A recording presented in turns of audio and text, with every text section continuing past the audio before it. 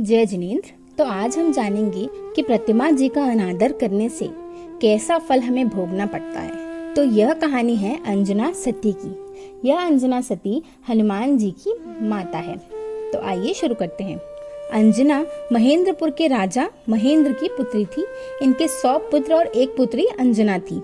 जब अंजना के विवाह का प्रसंग आया तब मंत्री ने राजा को बहुत खोजने पर 2 वर बताए, एक विद्युत प्रभ और दूसरा पवनजय।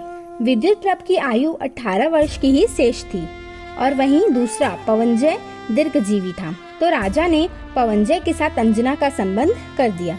पवनजय की बारात महेंद्रपुर आ पहुंची। विवाह में केवल 3 दिन ही देरी थी कि पवनजय के मन में अंजना को देखने की इच्छा हुई। तो अपने मित्र को लेकर पवनजय अंजना की राजमहल के पास दीवार की ओट में छिपकर देखने लगा। उस समय अंजना अपनी फ्रेंड्स से घिरी हुई थी। तो अंजना की जो सखियां थी, अंजना के सामने उसके होने वाले हस्बैंड, उसके पति की चर्चा कर रही थी। कुछ सखियां पवनजय की तारीफ कर रही थी। तभी उस समय अंजना के मुंह से यह निकला कि विद्युत प्रभ तो धन्य है जो भोगों को त्याग कर मोक्ष पद को प्राप्त करेंगे। अंजना के शब्द सुनते ही पवनजय ने सोचा कि ये जरूर विद्युत प्रभ से प्रेम करती है, तभी तो मेरे सामने, मेरी तारीफ के सामने भी उसकी तारीफ कर रही है। वो तो आग बबूला हो उठा। उसने तुरंत ही सोचा कि मैं अभी इसका परित्याग कर दूं। पर फिर उसने सोचा कि अगर अभी मैं इसे छोड़कर चला गया तो मेरे पिता के वचन का भंग होगा, तो मैं शादी के बाद ही इसका परित्याग कर दूंगा। विवाह हुआ और उसके बाद पवनजय ने तुरंत ही उस सती का परित्याग कर दिया। उसे समझ ही नहीं आ रहा था कि इससे ऐसी क्या गलती हो गई है कि उसके पति ने उसका परित्याग कर दिया है। वह बहुत समझने की कोशिश करती रही, पर लेकिन पति की नाराजगी का कोई कारण उसे समझ में नहीं आया। ऐसा करते करते 12 वर्ष निकल गए। एक बार पवनजय युद्ध के लिए जा रहे थे।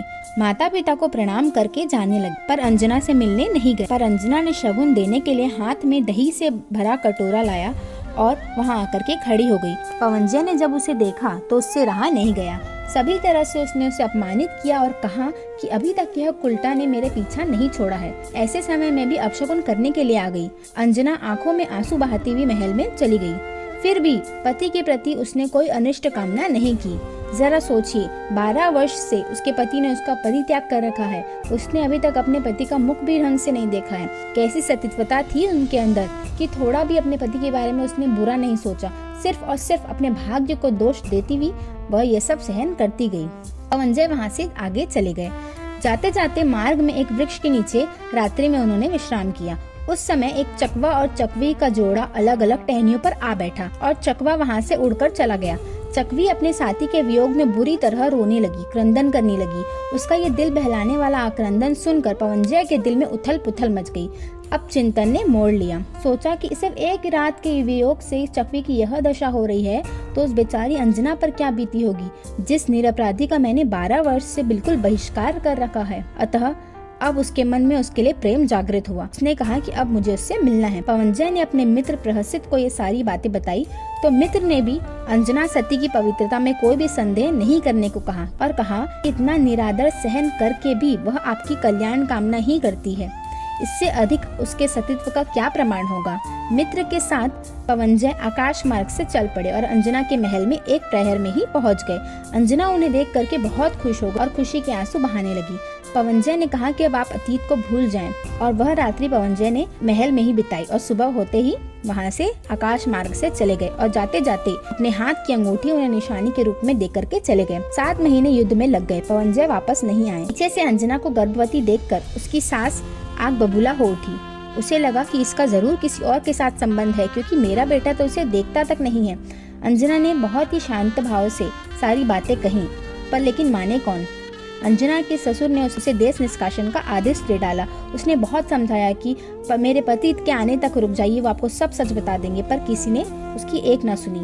काले कपड़े पहनाकर काले रथ में बिठाकर उसकी सास ने अंजना को उसके पीहर महेंद्रपुर की ओर वन में छोड़ दिया। अंजना महेंद्रपुर की ओर चली। काले वस्त्रों में अंजना को देखकर माता पिता, भाई भाभी, यहाँ तक कि नगरवासी भी उसे पानी पिलाने को भी तैयार नहीं थे।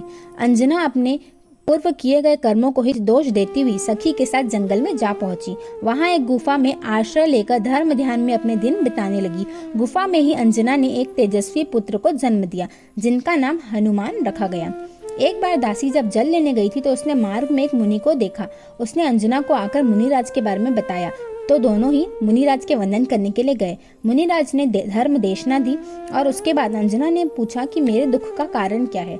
मुनि अवधि ज्ञानी थे। उन्होंने उसका पूर्व भाव बताया कि हे अंजना, किसी गांव में एक धनवान श्रेष्ठी की तो मिथ्यात्वी स्त्री थी और उसी धनवान श्रेष्ठी की एक और पत्नी थी जो परम श्राविका थी। वह हर दिन प्रतिमा जी की पूजा करने के बाद ही भोजन करती थी। उससे द्वेष होने के कारण तूने उसकी प्रतिमा जी को कूड़े में छिपा दिया। पूजा ना करने के कारण उसने मुंह में पानी तक नहीं डाला और बड़ी आकुल व्याकुल हो गई।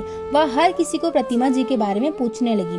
इतने में किसी ने कूड़े में पड़ी हुई प्रतिमा जी के बारे में बताया तो तूने ना दिखाने के कारण उसमें और धूल डाल दी। इस प्रकार 12 मुहूर्त तक जब वह बहुत ज्यादा दुखी हुई तब दया भाव से तूने उसे प्रतिमा जी ला करके दी। इस पाप के कारण तेरे पति का तुझसे 12 वर्ष तक वियोग हुआ।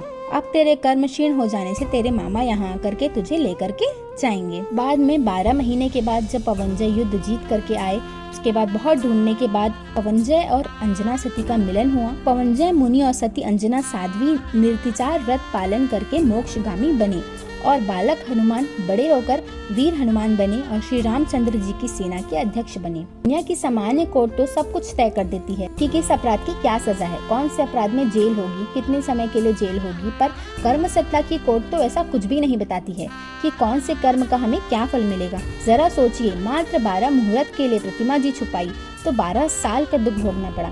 कर्म सत्ता के आगे आखिर चलती किसकी है? तो हमें भी विचार करना है कि हम कैसे कर्म कर रहे हैं, कि हमें उसका कैसा फल मिलेगा, हमने पूर्व में कैसे कर्म किए होंगे जिसके कारण आज हमें ये फल भोगना पड़ रहा है। जरा विचार कीजिएगा। जय जिन शासन।